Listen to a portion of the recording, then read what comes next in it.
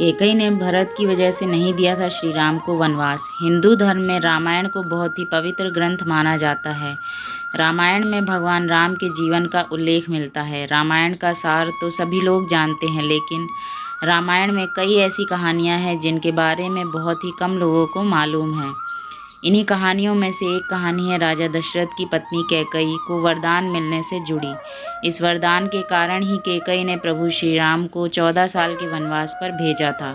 कैकेयी ने अपने बेटे भरत से बहुत ज़्यादा प्रेम करती थी। उन्हें राम से बहुत सी आशाएं भी थीं। फिर सवाल यह उठता है कि आखिर उन्होंने क्यों राम को 14 वर्षों के वनवास पर भेजा। राजा दशरथ के विवाह से पहले कैकेयी महर्षि दुर्वासा की सेवा किया करती थी। कैकेयी की सेवा से प्रसन्न होकर महर्षि दुर्वासा ने कैकेयी का एक हाथ वज्र का बना दिया था और आशीर्वाद दिया था कि भविष्य में भगवान तुम्हारी गोद में खेलेंगे। समय बीतता गया और कैकेयी का विवाह राजा दशरथ के साथ हुआ। कई सालों के बाद स्वर्ग में देवासुर संग्राम प्रारंभ हो गया। देवराज इंद्र ने राजा दशरथ को सहायता के लिए बुलवाया। रानी कैकेयी भी महाराज की रक्षा के लिए सारथी बनकर देवासुर संग्राम में पहुंची थी। युद्ध के दौरान महाराज दशरथ के रथ के पहिए की कील निकल गई और रथ लड़खड़ाने लगा। ऐसे में कैकेयी ने कील की जगह अपनी उंगली लगा दी और महाराज की जान बच गई थी। राजा दशरथ कैकेयी के युद्ध भूमि में साहस से बहुत प्रसन्न हुए और उन्हें 3 वरदान मांगने के लिए कहा। कैकेयी ने उस समय प्रेमवश कह दिया कि इसकी ज़रूरत नहीं है, अगर कभी ज़रूरत होगी तो मांग लूँगी।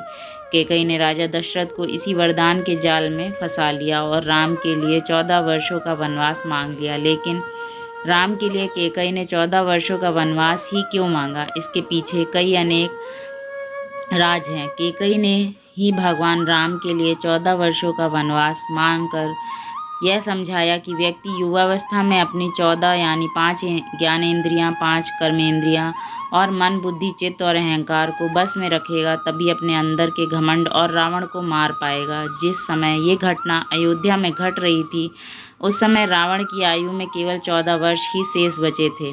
यह बात कैकेयी जानती थी। यह घटना तो अयोध्या में घट रही थी, लेकिन इसकी योजना देवलोक में बनी थी। कैकेयी को राम पर भरोसा था, लेकिन दशरथ को नहीं, क्योंकि वह राम के साथ पुत्र मोह में बंधे हुए थे। भगवान राम श्री हरि विष्णु के अवतार थे। यह सारी योजना उन्हीं की बनाई हुई थी। इस योजना में भगवान राम ने सरस्वती से मंथरा की मति में अपनी योजना डलवाई। मंथरा ने कैकेयी को वही सब सुनाया और समझाया जो सरस्वती करवाना चाहती थी। इसके सूत्रधार स्वयं भगवान श्री हरि विष्णु थे। उन्होंने ही यह योजना तैयार की थी।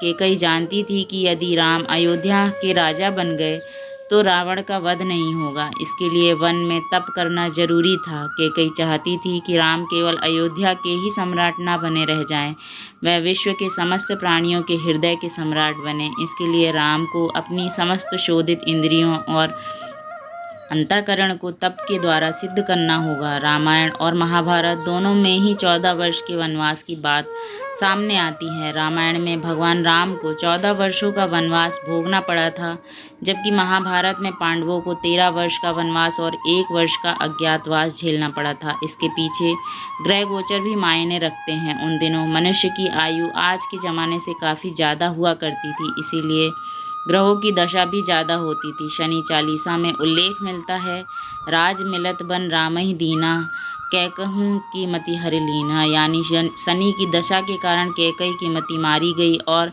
भगवान राम को शनि के समय अवधि में वन भटकना पड़ा। उसी समय रावण पर भी शनि की दशा आई और वह राम के हाथों मारा गया। शनि ने अपनी दशा में एक को कीर्ति दिलाई और दूसरे को मुक्ति। अगर कहानी आपको पसंद आई हो तो लाइक करें, दोस्तों में शेयर करें और ऐसी ही कहानियों के लिए चैनल को सब्सक्राइब करें। धन्यवाद।